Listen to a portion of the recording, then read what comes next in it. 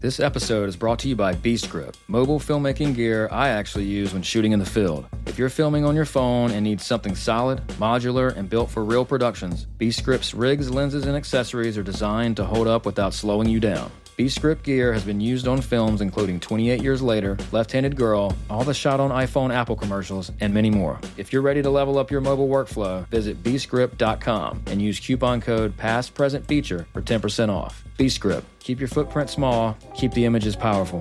beastgrip.com.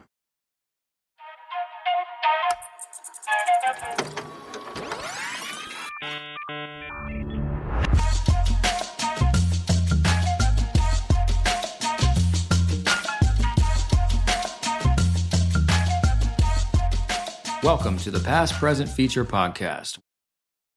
GABBY OSIO Vanden and Jack Weisman joined the show after winning Sundance's Grand Jury Prize to unpack the 10-year road behind their film Nuisance Bear, a polar bear's journey through two connected worlds, tourist-heavy Churchill, Manitoba, and the Inuit community of Arviat, where the stakes are far more complex and far less welcoming. The film becomes a meditation on coexistence, control, and who gets labeled a nuisance in a shared landscape. We dig into craft and access, finding the right position for the camera so the story can reveal itself, structuring the feature in two halves, and how a dialogue-free short film born partly out of COVID constraints became the proof of concept that unlocked TIFF, The New Yorker, and eventually A24. They also talk candidly about what the audience never sees, rough living conditions, long hours waiting, the specific agony of the best thing happened and we missed it, and the slow but important work of earning trust where listening comes before filming. They share influences that shaped them, including Miyazaki's sense of nature and modernity, Gus Van Sant's bravery with form, and John Cassavetes' belief in the energy of a set. The conversation closes on what it meant to experience Sundance as both a career peak and a personal milestone, getting engaged and then married during the festival. Congrats. Advice to filmmakers: be tenacious when you know you need to tell a story, protect trust like it's part of the craft, and do not turn on each other when the pressure spikes.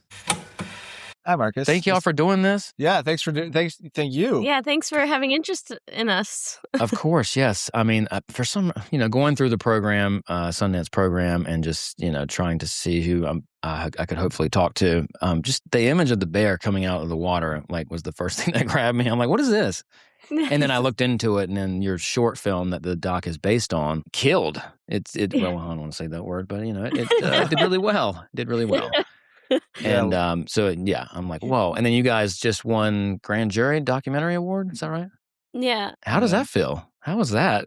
Oh my Congrats, God. Well, thank you. It was at the end of the week, and I don't know if you can tell, I was getting sick because I think that's just what happens at Sundance. It's the time of year, you start getting sick. So we were just kind of, tired and not expecting anything. And also, you start to have doubts, right? You're like, of course you want to win. It's a competition, but it's also it's everybody's artist and everyone's made great work. So it's just a complex kind of feeling, I think, being in competition for art. And then you start to be like, oh, I don't know. We've made kind of an out there movie. The reviews are overwhelmingly positive, but there are some, mixed reviews. And so we're like, oh, I don't know. It's not overtly political either. It doesn't have a clear, moral film, or try to impact statement or anything like that. And so some people struggle with that. And like you said, the short film did pretty well. And so we had one other awards, and a lot of times they tell you in advance, or they say oh, are you going to be there Friday? Or oh, make sure you don't leave. And, we didn't get any kind of hint from anyone, which I think is a testament to Sundance too. I think the juries took it really seriously. We weren't allowed to fraternize with them at all. Any discussions that tried to happen, the jury physically pushed the filmmakers away. Anyway, so we just kind of went into it not expecting to win, and then they listed all the categories, and there was only one last. I'm like, oh my God, there's no way we won that one. And then he started saying things that sounded like our film, and so I think we both just broke into tears instantly. Can't really remember. Well, our juror that presented the award was Jenny Livingston, who did Paris is Burning, and so that's such a seminal film in the canon of cinema. So just receiving the award from someone so intelligent like that, and was just it just meant so much. And getting to talk to her about it, just how probably shouldn't say all this, but she was we were thank you so much for changing our life, for choosing our film, and she was like, your film changed my life. And so, like this, that was so crazy. it's awesome. Yeah. I mean, I love that we're starting with the glory as far as the rewarding thing, right? I mean, it's like getting your name called and like going up there, and it's just this weird, surreal fucking thing, isn't it? I mean, I've experienced like a regional Emmy like that, where like a room full of people in LA, and it's like, and just go, like the name's called, you're going up there, and It's it so was emotional. Wonderful. Yeah. It's like, but weird. It's weird. It's like I immediately felt bad for the people at my table. Yeah, right. There's like which nobody ever talks happen, about. like in successions, like you're nervous, but then you're relieved, but then you're like, oh, I kind of feel guilty about it, and then there's like, oh, everyone's looking at me, so like, Yeah, I do feel bad about the competition part, because it's just such a helpful thing to have to spotlight your film. Yeah. And so we're really grateful and lucky for it, but everybody worked really hard on their films. I mean, a different jury would be a different outcome, right? And so there's a certain randomness, I guess, to it as well. And I also think we made a strong film. Yeah, I mean, not to put film down. I want to see it. Oh, and I mean, it's like somebody's got to win, and congrats to y'all. And there's no, and the thing is, it's like it doesn't make anybody else's film less than, right? It's just exactly. It is. It is that kind of how. Just getting into Sundance is like a win, because it's such a oh my God, such a highly curated film festival. Yeah. They only accept so many, and so we're all winners. That got for sure. I mean, it's but it's actually 100% just true though, too, right? I mean, let's go back to the short film, 2021 short film first. Can we just talk about the origin of this project? We were in film school at York University, and we went up to try to make a student project in 2015. In 2015, and we kind of succeeded, kind of didn't. I felt like we were just there for 5 days. And it gave us a taste of this super unique place where all of these different timelines overlap: the bears and the people and the history and the sea and the land and the tree line and the tundra. It was just this really complex intersection of all these forces, and the bears seemed to be like kind of caught in the middle of trying to navigate the labyrinth of all of these different forces. And so it was just like, from the first trip, like, oh my God, like I've never seen anything like this. Like, to be in an environment where you are not the top predator completely shifts the way that you look at the world. And so it just became so captivating. And then also seeing the bears is like, it's so exciting, and you can get addicted to it, I would say. And like, our film is kind of critical of the tourism industry, but at the same time, like, we are like going up there and doing the same thing as everyone else. So I think it's a self-critique in some ways as well, in the way that we engage with nature as tourists, but also on that first trip, we met some people who are like pretty integral to the place. One of them has passed away since, but someone like Dennis Campari, who was the quote-unquote bear whisperer, who like grew up there. And Brian Ledoux, who was like the polar bear king, but like the tiger king, but a little bit different. Yeah. Had a roadside zoo of the bear. inverse. Completely. Yeah. There are these just amazing characters, like just out of a book, that we got encountered, and they just gave us this window into their world. And because we were there as students, we were like these sponges that could just absorb everything, and was it a bit of a film gods delivering situation, like right off the bat, as far as just, but you also noticing the quality of the opportunities? Yeah, like we were inexperienced, like very inexperienced. We didn't have the skills to do what we have done at that moment, but we recognized that it's an interesting story, and that even that like a place like Churchill is filmed all the time. Like, this is where people, because it's the most accessible to see polar bears, this is where a lot of the polar bear footage you see in films and stuff is shot, or photographs, whatever. But the more time we spent thinking about it, we're like, we're not seeing anything coming out of this place that is like how we see it, or what we've seen. And so even though, you could be discouraged and be like, well, people have made stuff about this place. But you're like, but not what feels like what's the most interesting to us. It reminds me of my first short doc, where it's about a basketball. My hometown is a basketball town, most NBA draft picks per capita in the world, but it has the highest crime rate in the state of North Carolina. But there was these little kind of things that people had already made, but it was very kind of local newsy. Yes, and I'm like, where's the version that I think could be so much better? And we made that, and it was my entry into docs. So I know exactly what you're talking about. Yes. Yeah, and there's like a little Exactly. niche, right? There's like a little spot, like, oh, no one's put a camera there, you know, physically and emotionally. No one's put a perspective or told a story from that. Let's put some cinematic sound design and music and like edits to this. Yeah, that and all of a came sudden, later. Yeah. Before I forget, I'm so sorry, and then I'm just going to bother me until I do it. I'd love to read your synopsis, just so we can. Sure. Yeah, go ahead. Yeah. Nuisance Bear. A polar bear is forced to navigate a human world of tourists, wildlife officers, and hunters as its ancient migration collides with modern life. When a sacred predator is branded a nuisance, it becomes unclear who truly belongs in this shared landscape. Filmmakers GABBY OSIO VANDEN and Jack Weisman returned to Churchill, Manitoba, affectionately known as the polar bear capital of the world, to deepen the inquiry begun in their award-winning short film. The result is a striking portrait of the fraught coexistence between polar bears and humans, guided by an Inuit narrator whose insights resist simplification. I have an editor, don't worry. The film traces this relationship with nuance, revealing how these Arctic creatures deal with being constantly monitored, photographed, and redirected. There is a thrill in watching the polar bear outwit human efforts to contain it. Just watching the trailer for your short film, it's like the vibe is the tone. It just pulls you in. Is the polar bear the main character? How does this work? Yeah. It's kind of hypnotic, isn't it? It's hypnotic. It is. Remember that Turkish? Was it the Turkish film about the cats? Stray. Stray. Is it? I haven't seen your film, so I'm just guessing here. But is it similar to that as far as you're following around? It's definitely a cousin to Stray for sure. Okay. But it follows a more clear narrative. I mean, I say some of the other people might not say that, but it in our minds it does follow. It follows a single polar bear, and there are it's worth distinguishing while we're still kind of talking about the short. With the short, we follow one bear in Churchill, kind of dealing with Churchill life, and that was always intentional because for the feature. We knew, so a lot of people were like, oh, why are you making a feature? Like, your short did well. And we're like, well, we were always intending to do this longer piece where our main bear character goes through Churchill, which is what you kind of expect more so because that's where the ecotourism is and where all these different things clash.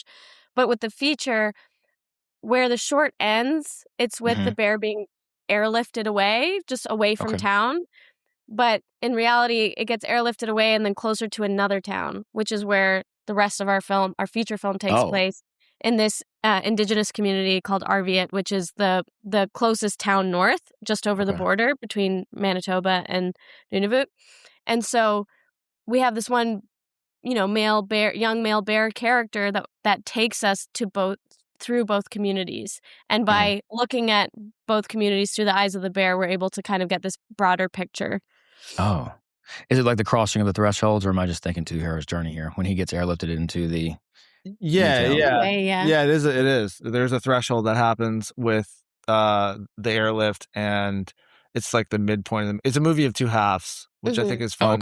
Okay. Mostly, you'll find a film is structured in 3 to 5 acts, and I'm not saying it's like it's not 2 acts, but there is like a clear dividing line in the middle, which I think is unique. Nice. Okay. But well, where we didn't have we had no talking for the short, no music. And that was not like those creative limitations were partly because we just couldn't afford any music, and we couldn't afford, it was also COVID. COVID happened.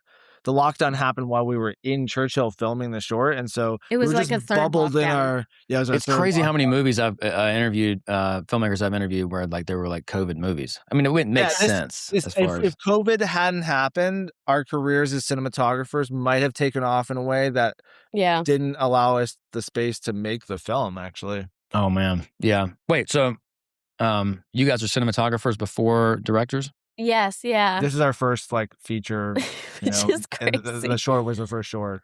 And your company's Documist, is that? His company, yeah. Okay, cool. I mean, I did a brief dive, but and I saw your package. Sorry, that sounds terrible. I saw your camera package, and I'm like, hey, whatever. Not to be gear heavy here, but you take it very seriously. The thing on that was that like it was a right place at the right time kind of film, like a kind of opportunity, like. You see the A24 of it, you see the big rig, and you see the environment where we're shooting. It's easy to assume that we had like a $5 million budget, which is definitely not the case at all. We had like so much less than that. We were stretching everything, every dollar as far as we could. And part of the way to do that is just to ask people for incentives, for grants in exchange for like marketing or for credits and stuff like that. And so we were able to convince people to give us like enormous discounts on the equipment that otherwise wouldn't have been. But with the short, we used our own gear, which was like not necessarily top end gear, and we self-finance that. So it's like, a lot of filmmakers will think like, okay, I can invest in myself in my short film, but it's rare to have, like, we're so lucky that it turned out how it did. Like, we got back on that investment, but it doesn't always work like that. And I think because we were working cinematographers, we already had gear from our own kits and whatever, so we were able to do that. And that's part of the reason why, like, we say this movie took us 10 years to make, because we were building our careers and amassing stuff. And so in a way, from that first trip in 2015 to now, it's been 10 years of building the film and building our careers. Love learning about filmmaking? There's no better film school than actually watching movies in theaters. Revival Hub is your guide to specialty screenings in Los Angeles. Classics on 35mm, director Q&As, rare restorations, and indie gems you won't find on streaming. Revival Hub connects moviegoers with over 200 venues across LA, from the major Revival houses to the 20-seat micro cinemas and more. Whether you're an aspiring filmmaker or just love great cinema, Revival Hub helps you discover the screenings that matter, the ones that'll change how you see movies. Visit revivalhub.com to see what's playing this week. That's REVIVALHUB.com. I love this because it's all about the refinement, right? You took your time with this thing as opposed to being kind of, we got to go, we got to get it out. There's that weird line where you can totally screw up. I have, with trying to not take your time and just, make it the best it can be. This short film, can you talk about how you guys took it upon yourself initially to go and do this thing? And then how did you guys connect kind of with like the New Yorker? What was the first big piece of success with this film? Did you get into a big festival first? I mean, like, we weren't intending to make this short film. We were intending to just keep trying to shoot the feature that we wanted to make. And when we put the camera on the car, it sort of unlocked this perspective. And that was the real, like, first success, I think, in my mind. It was like, okay, we put the camera in the right position, and we can move with the animals in a respectful way. And it just, a lot of the encounters that you kind of come upon happen within the first few seconds of being a witness. You as an observer immediately change the dynamic of whatever is unfolding in front of you. And so by being able to just be rolling as we go around the corner, then we captured these amazing moments. And so I kind of just put them into a timeline together. It sounded like you were like kind of understanding the cadence of and like the door to this film in a way, right? And right off the bat. Like, and I know like the success actually looked like it came later, but in my mind, like that, it was putting the camera in the right position to tell this story that then created the conditions for a chain reaction of events to happen after that. And of course, we worked really hard and we put ourselves out there every moment that we got, and like it was a passion project through and through. But I've heard Darren Aronofsky talk about the position of the camera and where it needs to be for a story. And once you find that position, the story tells itself. And I could never understand what that really meant. The motivation of the frame, I guess, in a way. Yeah, or just like, I don't know, like there's a particular vantage where the story is already unfolding. I guess that's the way I'm thinking about it. It was already happening. These events are already happening. The story existed beyond us. And it was sort of like our responsibility to try to be witness to it. Nice. I love that. Oh man. I mean, okay. So talk about, I guess, because the short film does inform a lot, I feel like, as far as it sets the tone, and it, not even just with the film itself, but also with I would imagine the footing that you found yourself having after the short did so well. Yes, exactly. So we submitted the film to TIFF, the short film that we didn't know was a short film. We showed this like timeline of footage an assembly essentially. And we recorded no sound for the short whatsoever. Like we just didn't even think about it. So much. And so we had to make all of it and I have a music background and a very precise ear. And so I was able to, like, to the best of my knowledge, recreate what I thought or what I heard was happening outside the car using this Foley library that I had pirated from our film school years ago. Finally came into play, this 60 gigabytes of audio files. Finally came into play. I knew I was saving it for something. It was so fun. I have one of those folders too. Yeah, the York University SFX library. Nice. Thanks, shout out to York University yet again. But so we made this assembly in Gabby's basement, and then sent it to a very established Canadian documentary filmmaker, and they were like, "It's amazing. It's a movie. It's a film. It has a beginning, a middle, and an end. You just need a proper colorist. You need a proper sound designer and a mixer. I'll connect you with some, my team. Hopefully they'll give you a deal." And they loved the idea because there was so much. Well, it's so much for a sound designer to get to do with it, because you're like essentially crafting all of the sound design. Like at least half the story is the sound design. Yeah. And so David Rose, who was the sound designer for the short and the feature, just went above and beyond, like months extra of work of just 250 audio tracks, I think we had for the feature. My brain goes to a place too of just the limitations of, if you want to choose to see it that way, the limit of not having the dialogue or not to lean on, there isn't any, but it makes it more, it's like, it seems like films are so, there's such an opportunity when you have a lack of things to lean on, really, whether it be location or lack of dialogue or whatever it might be. So it's a creative limitation. Didn't really understand what that meant until we kind of discovered that, by not having any of this superfluous talking, we really felt close to the animal. And there was so much going on, at least to us, in these frames that it was just so much expression in a very muted way. And so it was a total experiment. I don't think we had any idea that it would have the response. I mean, polar bears are super fucking famous. So, thanks to them that there's an audience for a film like this, but this But style I do think really... our treatment of it was part of it too. And so then we got into TIFF, and then before I think we even premiered, the New Yorker reached out. Yeah. They were like, "We want this movie. We love it." We love it. Nice. And, in retrospect, it's good to take a bunch of offers, before you say yes to anything. We were like the first person for any asked, first-time filmmakers. Like, if you make a film that gets a lot of excitement, just take a moment and collect all that excitement, and then have somebody who's more experienced sift through it to make a good decision. Ultimately, going with the New Yorker was a great decision. Yeah. But just something I would tell my younger self now is to be patient. But they were incredibly helpful with the festival run. They were really... Well, they just really loved the project too. So we felt very alignment. Alignment. I love the New Yorker as just like a publication, Felt really honored to be associated with a brand of that. Or this is your first film, right? First short doc as a director's. I'm sorry, the Nuisance Bear was a short. And so I'm just relating to it with my own experience with that basketball film being my short doc. And it came out well, and yours obviously came out really well. And it's, I guess, the value of how do I say this? Almost not knowing too much sometimes, or not knowing the difference between not knowing what's good or great or whatever. But you're hitting the nail exactly on the head. Yeah, totally. Yeah. You need to know enough to be able to do it, but not enough that you've already solved these problems before and are going to default to a formula. Yeah, or if we had been more experienced, we might have been like, this is impossible. We're not going to do it. But I think we were young, with enough energy to be like, this is a really hard thing to take on, but we had that naivete that I think helps to actually just be open. Yeah.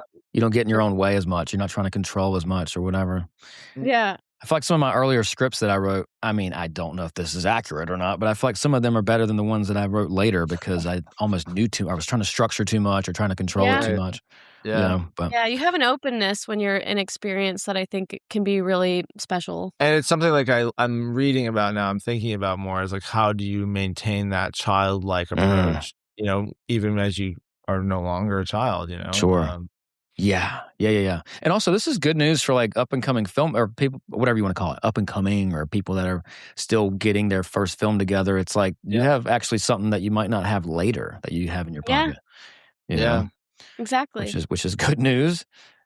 Okay, so the feature version. So you took the short film, you got some serious attention, and then it was always part of a plan to turn this to make a feature, but you almost did a little checkpoint with the short film, it sounds like, and then you guys picked up and carried back on with the feature. Exactly. The same person who told us it was a movie for the first time also said that you have no credibility. So they were like, you should make a short so that so it can win an award, and then you'll get to make your feature. That's what they said. And it was true. And unfortunately, there's less and less films that are able to make that jump from short to feature now. It seems like it's just really there's a lot of headwinds in this industry, and we're experiencing it in a way where, you know, firsthand, I guess, and it's just not easy for filmmakers. Like very few films have sold out of Sundance, you know, so far. So, but what, you know, we were lucky because we knew we wanted to make this larger film, and we had been kind of working on it in a lot of ways for years.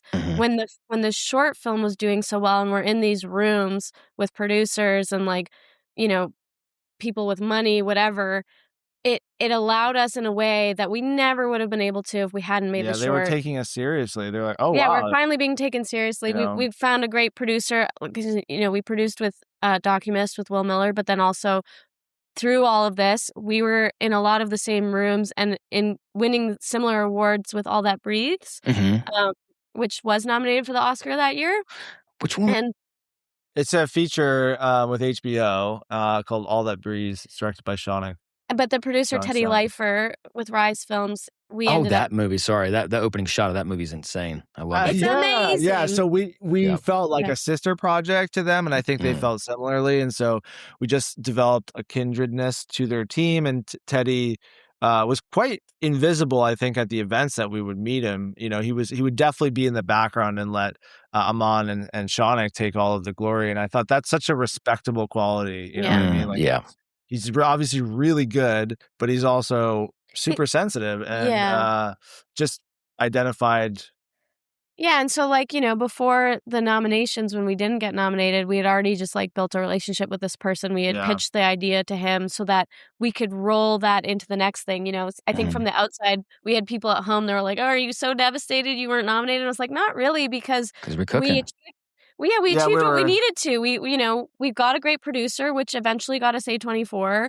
So to work with, and we got, you know, funding for our first features. So, like, what more could you really ask? You got to be grateful. Yeah, I mean, because it's like, even though you're not, you got you. And like, there's some. It gives me anxiety too. But like, there were these two moments that have happened where, during the shortlist, somebody who had been nominated multiple times was like, "You better have your next project ready right fucking now, because they are gonna forget about you in a week. As soon as you are not on that list, a week." Wow, that's all you get. It was so fast. And we've been thinking about this project all along. So it wasn't like a crazy, like, oh my God, we have to come up with something right now, which is kind of maybe the case right now. Yeah, but now we're in that situation. Now we played our hand. You got probably more than a week now, though.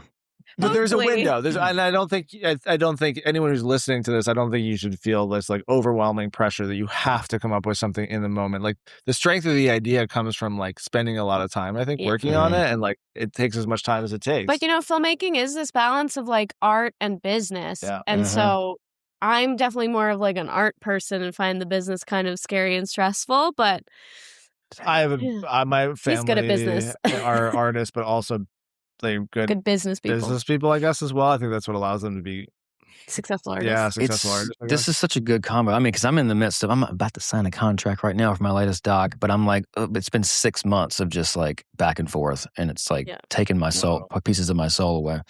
But you have to team up with the right people to get it to the promised land, you know, like the right people. Exactly. Yeah, the right people. Like... And I think because we got the right producers for the project when we were pitching, like, A24 wasn't the first offer. We had other offers, and then we were so lucky that because we had multiple offers, we were able to pick who was most aligned. Like, there were other ones that, you know, didn't want to give us creative control and didn't, you know, weren't necessarily respectful of the fact that we needed that because we're working with Indigenous communities. And A24 was like, okay, we'll give you final cut. So we're like, okay, we're going with you then. You know, so we're really lucky to get that as first time. Are we allowed to say that? All right, good for them. Fuck yeah, it's good to hear. Yeah, I mean, it's important because we can't have Hollywood producers that have never been to these communities, like, dictating over us who have spent time with these communities. Like, we're already outsiders, but we've spent a lot of time with them. So yeah.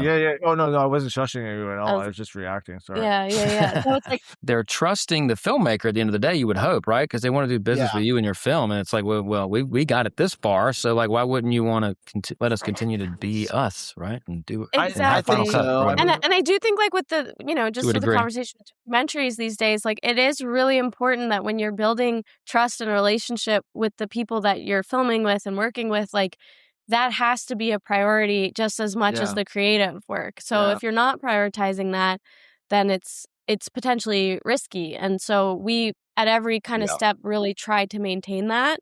And I think we're proud of that. Even though we had creative control, they were advocating for the same choices that we were advocating for. They were just really, it felt like there was this natural alignment from the get-go within our team with the short, and then even when we expand to make the feature film, I think we were looking for the right people, and then with A24 it just kind of lucked out, right? I mean, we didn't have control over that situation really. It just was. But we had great executives there when they had their doc division, which has now been oh really? It's done? It's done. They ended it, which is another, which is super disappointing. Damn. But that was Participant kind of going last year. It's just Participant. That hurt. That one hurt. That was bad. Yeah. I mean, I get it, but hard for the film industry. And so anyways, they kind of all stopped working at A24 as we submitted to Sundance, so we really weren't sure what would happen to the movie, especially if we didn't get in, but thankfully we did. Yeah, and not only did you get in, but you won the grand jury. Yeah, we can't forget about us now. Yeah, too late now. What is how was your Sundance, by the way? I mean, as far as just the overall. It was amazing. I mean, I think it was a particularly emotional one, just it being the last Park City and the first year that Robert Redford had passed away. Sure. So it was like, it had this sort of air about it that was a little bit melancholy, but that also felt celebratory for like the legacy of this thing. But yeah, I don't know. We cried a lot. Yeah. We were like, altitude, but you work 10 years on something. Our parents were there. We got engaged there. Oh wait. Yes. Did you guys, I think I saw this on Instagram. Were you guys in front of the Egyptian? Yes. Yeah. I saw this. And then when we were there, we were like, we just got engaged. Thank you. They let us into the Egyptian, which has been closed and not open to anyone in the public, but they opened it for us because we just had this like cute engagement in front of it. And then when we were in there, all of our family and friends were there. One of our friends is ordained. So we're like, let's just get married now. That is so cool. That's so cool. Man. So we did it. Yeah. Yeah, her dad like walked her down the aisle. Like my friend Rod played a song on his phone, and then we said our vows. And Alex read something from ChatGPT, and then, no, he didn't. Yeah, he like the thing, like what you're supposed to say, and then he went off script. Yeah. Right. I remember. I use ChatGPT now. Like I'm not shy about that, but I try to lose the long dashes and pretend like it's me. Yeah. Very sad. But that's so cool. What a hell of a past few weeks for y'all then. Damn. Yeah, it was crazy. That was on Monday, so like kind of after the weekend. Yeah, after we premiered, and then Deadline wrote about it on Wednesday.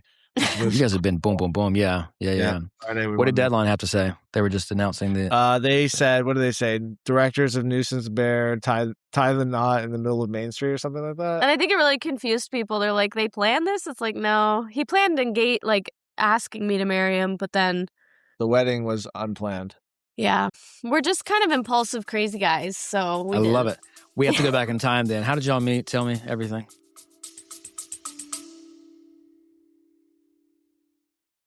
Acclaimed feature documentary Roads of Fire, which has drawn national attention for its unprecedented access to the global migration pipeline, is officially available on digital and on demand across Amazon, iTunes, Apple TV, and Fandango at Home. Directed by Nathaniel Lesra, who spoke on the podcast after the film won Best Documentary at the 2025 Santa Barbara International Film Festival, the film examines the migrant crisis here in the States all the way down to Venezuela, and Academy Award nominee Diane Lane called it a must-see journey of human dignity. Roads of Fire. Watch it now. Amazon, iTunes, Fandango.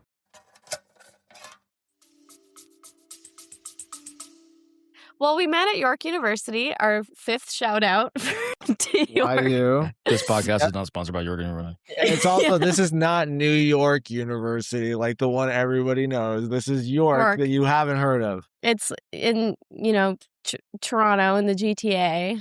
But it has a good film program. It has a good film program. One of the strongest ones in Canada. Yeah.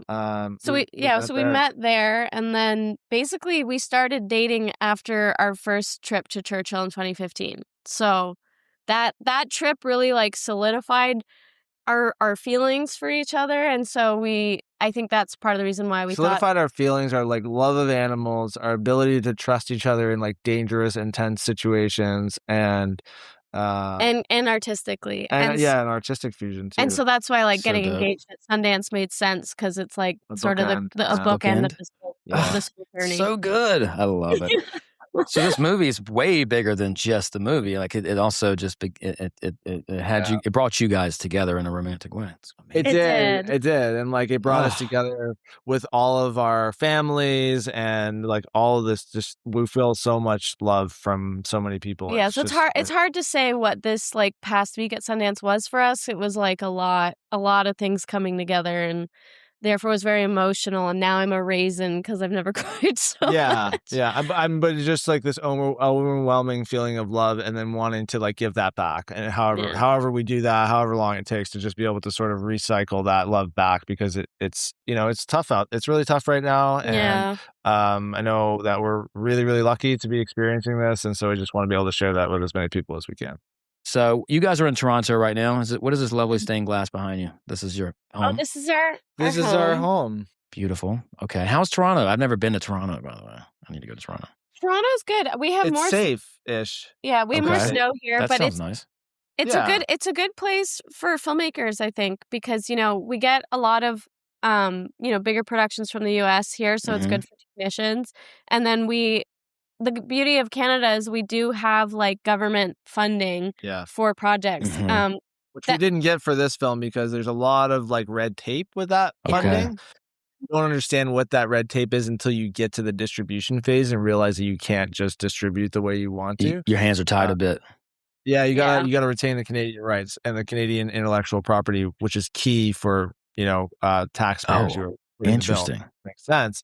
But then you go to try to sell it to Netflix, or you try to sell it to A24, and they're like, no, you can't do that, or you have to give back all the money that you already spent on the production. So it's just really it can be really complicated. Yeah, Gotcha. And like a lot of first-time filmmakers will find themselves in this position without knowing it, and then for the most part, it probably doesn't matter. But. And we also ended up going with American funding because we wouldn't have been able to use our producer Will Miller, who's with Documist, if we hadn't, because in the past American producers have taken advantage of the Canadian tax credits. So now you're not allowed to do co-pros with the U.S. anymore.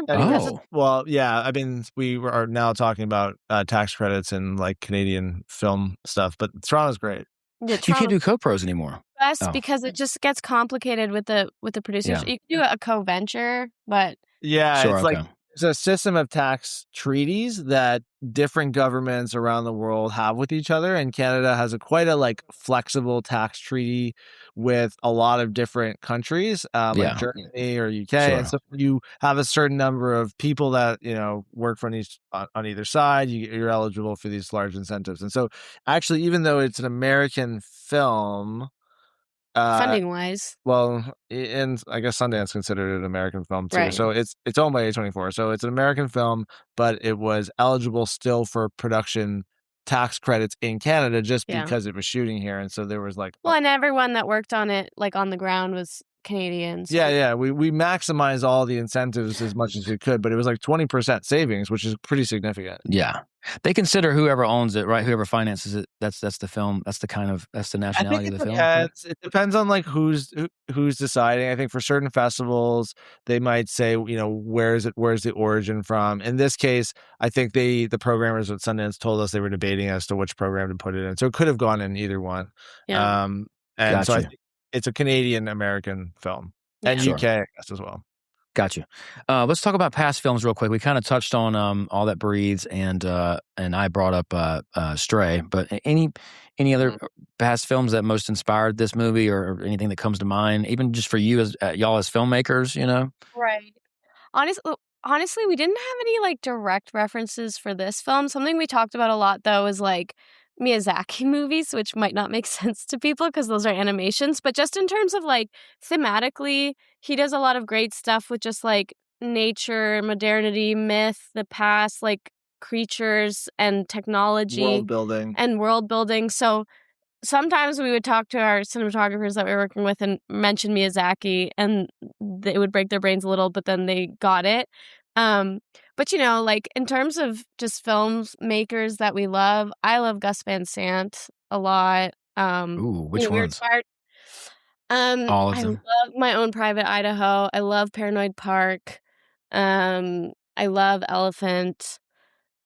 He's just like, I just appreciate the way that his films are all distinct from each other, but they still have like his touch to them. And just the emotional impact. I mean, he's just got that. I don't know how to explain it. Yeah, you can feel his movies so much more than the average film. Totally. And he's like really brave in dealing with form as well. In a way that I find really inspiring. And, you know, his work with like non-actors too, like with Paranoid Park is just really cool. But Cassavetes is also like you know, an inspiration for us too because of his like, we just like that fusion of like a bit of the energy of Doc and of just like the chaos of letting things unfold. Sure. With an artistic intention. Yeah. Yeah. I vibe with that. I have a Cassavetes poster on the wall for Faces. So Cassavetes is important for me too. For sure. I haven't seen Faces, but maybe we'll watch it tonight. Yeah. Just his philosophy, just the way he did his thing, right? He would take acting money and then go make micro budget films and like totally just do it. It's just like just do it.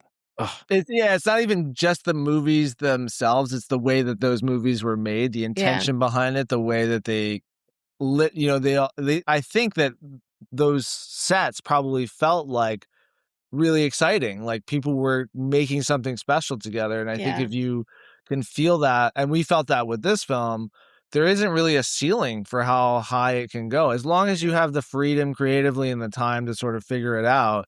If you're working with people that believe that you're, you know, this is some kind of higher power thing, you know, is maybe.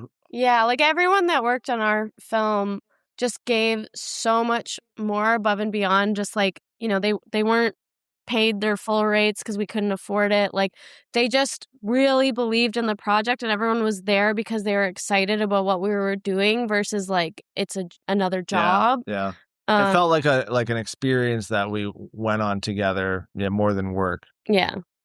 Let me ask you this. The most difficult moment making this film, like whether it be production or post or anything, I mean, anything comes to mind? I feel like something just did.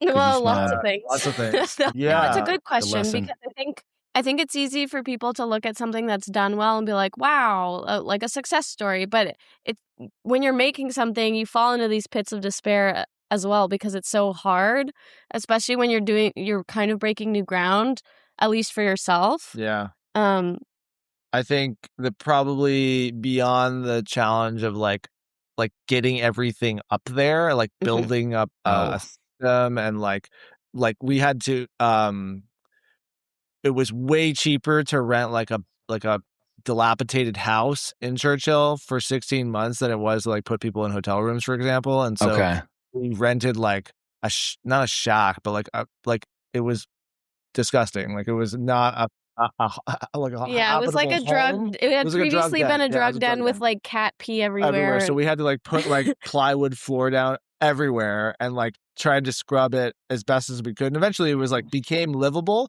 but it was like very like. And a lot of our crewmates had to sleep in the laundry room. So like the physical conditions, the physical stuff that we went through was really challenging. Lots of sitting in the car waiting for something to happen, hours. You know what I'll say is like one of the hardest things actually that I think people won't have thought of is that, especially with wildlife, like every day we would hear about everything that cool happened that we missed because you can only be in so many areas, right? And there's so much activity time of year with the bears that like at the end of the day we go on Facebook and people are like, a bear ran through town and we missed it, or like it went through our yard. Where were you, Sam? Why were you not awake filming this? Yeah. Or like, we got too late to watch as like there was such a big bear that got tranquilized that what are those called? They needed a bulldozer to lift it up and take it away. Yeah, so you miss stuff, but at the end of the day, we didn't miss really all that much. We got everything we needed for the film, but I'm just saying like it's this specific kind of pain that just like sucks all the energy out of you when you find out you've just been like sitting around filming like a bunny all day when something crazy happened and you just when you feel like you missed something. Yeah. Yeah. Oh, that's the worst fucking thing about docs to me. It's like what could happen that I don't get? Like the fear of that. Oh, Yeah. And it's like no so one much. watching the film is going to know that because you're like, look at all the amazing things they did get. But it's like, I will always know the list of Oh things. my gosh. This is something we're talking about, I think, for a minute. Because I had this moment yesterday. I'm filming this little thing. I'm not getting into it. But there's these little moments of guilt for me. This is maybe a personal thing where I'm like, I should have thought about shooting that, or I should get on that, or I should, you know what I mean? Where it's like, oh, I'm going to regret not going down that angle. Oh, it's so uncomfortable. Yeah, and it's like, always... especially when someone asks you to like shoot a wedding, all of a sudden you're like, "Oh, you're a camera person. Like, can you?" You're like, no, I don't want the anxiety of like having missed moments. I don't want that. It's like, I guess without that kind of thing, I wouldn't have gotten and will get what I will get. You know, as far as I think it does drive me to like, exactly. to think about the other stuff. I don't know. You can kind of beat yourself up a little bit as a filmmaker sometime. And it's like, wait a minute, I've also gotten all this other stuff, so I should probably just relax. I don't know. It's a weird thing, and you do have to just be like, okay, calm down. You do have all this stuff. You know, Especially as time goes on, and you get like an incredible scene. You're like, oh my god, it's like a checkpoint. Like we can't go back from here now. We have that moment, and thankfully, had one of the best scenes, probably the best scene, already shot in the first like 2 weeks of the production. Oh, nice. Ooh. So it was like we just have that and to know that you have that. That's a good feeling. Yeah. It's honestly kind of like winning this award in a way. It's like, oh wow, it's like this is really early in the year to win this award. Like, you know, you can't coast, right? But like, but at least we know we have something. Yeah, you have something. Yeah, and then the edit was like a big. Oh yeah. Challenge. Well, before we get to the edit, I just want to say the other big challenge, at least for me, was that the access, like developing trust with the people that are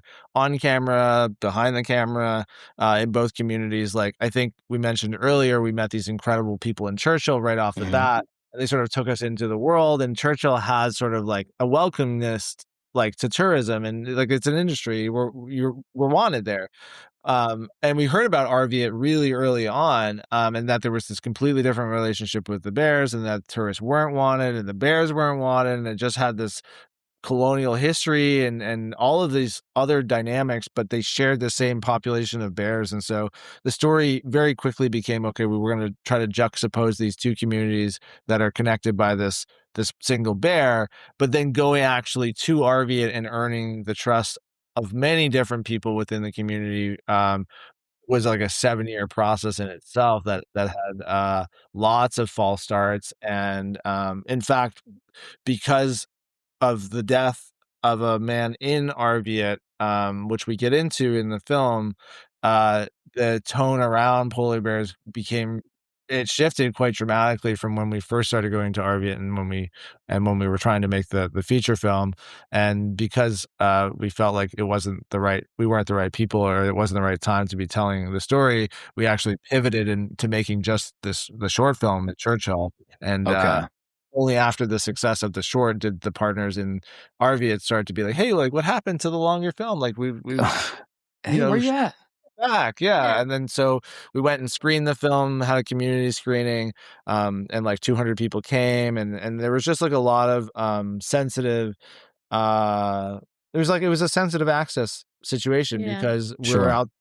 And but then once it was gained, it was like really rewarding because a lot of the film was structured around like listening to what they wanted to say, because oftentimes like their side of the story has been left out of the conversation because it's either like controversial or it's like not scientific. It wasn't scientifically backed, or just like Inuit knowledge, indigenous knowledge has been like totally pushed aside, and there's been this like generational trauma of elders who felt like their knowledge wasn't important, and because they felt that way, they didn't share stories with their offspring, and then sometimes they blame themselves for what happened to their offspring because of the stories they didn't share. And it's just such a painful like thing to hear, that there's this blaming themselves for something that was done to them. And so I think, you know, going to Arviat and meeting Mike Gibbons, the narrator of our film, and other community leaders, and just hearing their stories was just so amongst the most impactful experiences of my life. Yeah.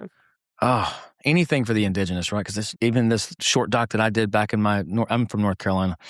I did a thing on the indigenous there, and like it was tricky business, tricky as far as just getting anybody to actually take it seriously, anyways, but it's and also checking yourself and like not, because there's a lot of people who go up north and like the beauty of making this as an independent film is that we didn't have the oversight of like a massive studio the way that like a lot of nature docs are made. So they go in and they just want certain things, they want to hit their points. And if you're in the way of that, you're going to kind of get trampled on or go around, right? These narratives that they want to kind of push. However they want to portray it. And then, a lot of times we would hear from our guides, like, we didn't want to do it this way, but they just pushed and pushed and pushed. And it's a cultural difference too. I would find that like Inuit just aren't like, they're respectful in a way that Southerners aren't.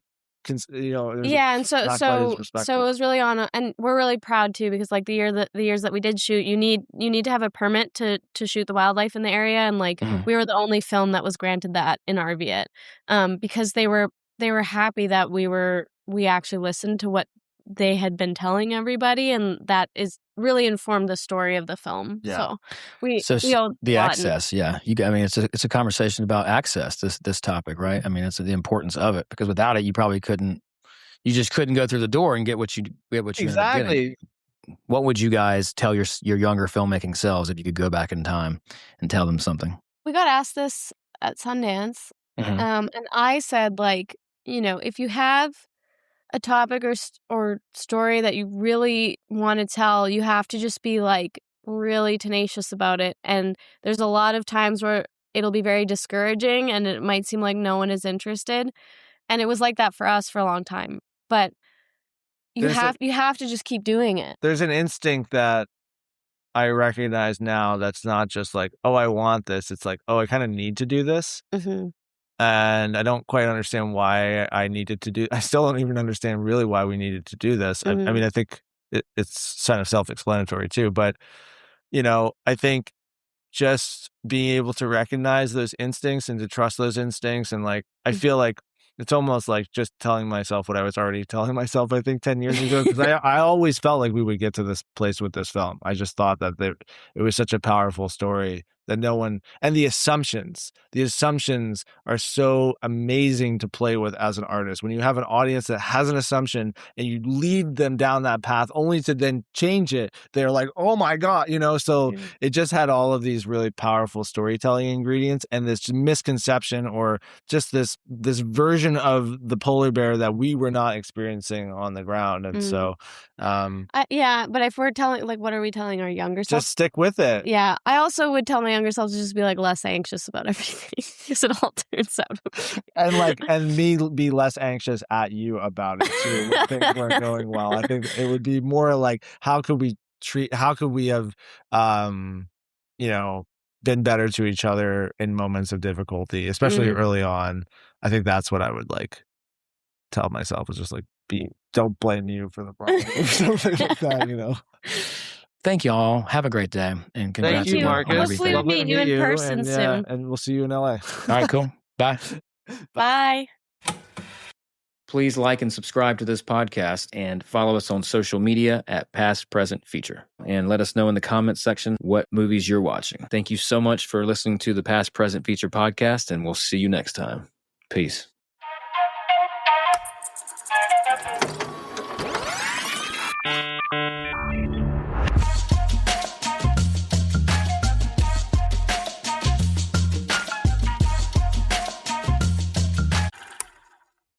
Introducing the Past, Present, Feature Film Festival, a new showcase celebrating cinematic storytelling across time.